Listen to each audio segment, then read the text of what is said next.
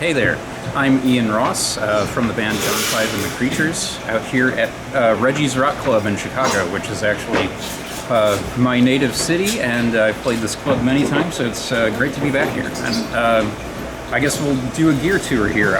This is a Fender Elite Jazz Bass 5-string, maple neck. As you can tell, black, got these cool inlays. This is just the stock model you can get off the shelf. They were, Mike Schultz at Fender was very kind to send this to me. So I've been playing this now for 3 tours or so. Before then I was using a Dimension bass. But I've been a jazz bass guy for a long time, and I love this thing. It's got all the tonal variety I need for the show. Light gauge Elixir strings. I can't tell you whether I use Nano or Polyweb because I don't even know. Somebody asked me that the other day and I was like, I buy the ones they sell at Guitar Center. I cannot tell you, unfortunately. Pig hog cables have been very good to me. As you can tell, this is an active bass, and it's nice to have an active bass in the studio, but for this gig I don't feel that I need the electronics, and I don't need the batteries in there just weighing the bass down more and all that kind of stuff. So I've taken them out of there and I keep the bass in passive mode, and I can just use this little switch as a kill switch if I need to. And then this right here is my passive tone knob, and I just run it all the way up for the majority of the show. This is my blend control for the 2 pickups. Sometimes I run it a little bit towards the neck to get a bit of a P-bass sound, and sometimes I run it back just a little bit if I want to play a funkier part. Okay, on the pedal board I have a Dunlop Volume X, which is disconnected right now because I did have a problem with the TRS cable I was using last night.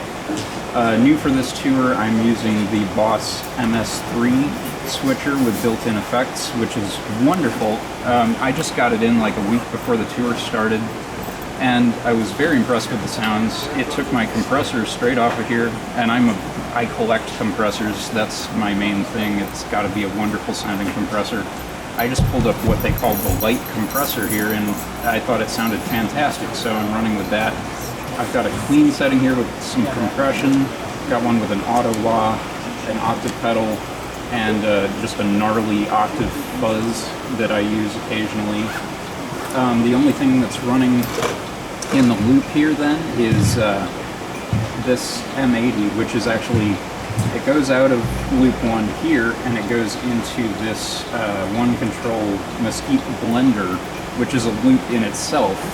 So I can blend the M80 into my clean sound and get some of the mid-range back, because I do feel that this can be a little bit over-saturated, trying to go for that like Ampeg sort of tone, because I leave it on the color switch setting all the time. So then I have that, and I just switch between the clean and the dirty sound throughout the night to get the appropriate sound. But this is very helpful to just get some of the natural character bass back into the M80 sound, even though it does already have a blend inside it. If you blend it again and you make sure you get the phase polarity correct, I think it does wonders. And then that all comes out and goes into this old Mark Bass Super Booster, which they don't make anymore. And I love it because of the VLE, the vintage loudspeaker emulator knob, which just allows me to take some of the high end off of my bass. Because honestly, you send it out to the house and you never know what the engineer's going to do with it, and I don't want that piercing, like nasty, anything over like 8K or so, I'm just like, get it off of there. I don't want to hear it. And in my in-ears too, especially, I just want to hear a nice deep bass tone. So that's what's happening there. This rig, it's very simple.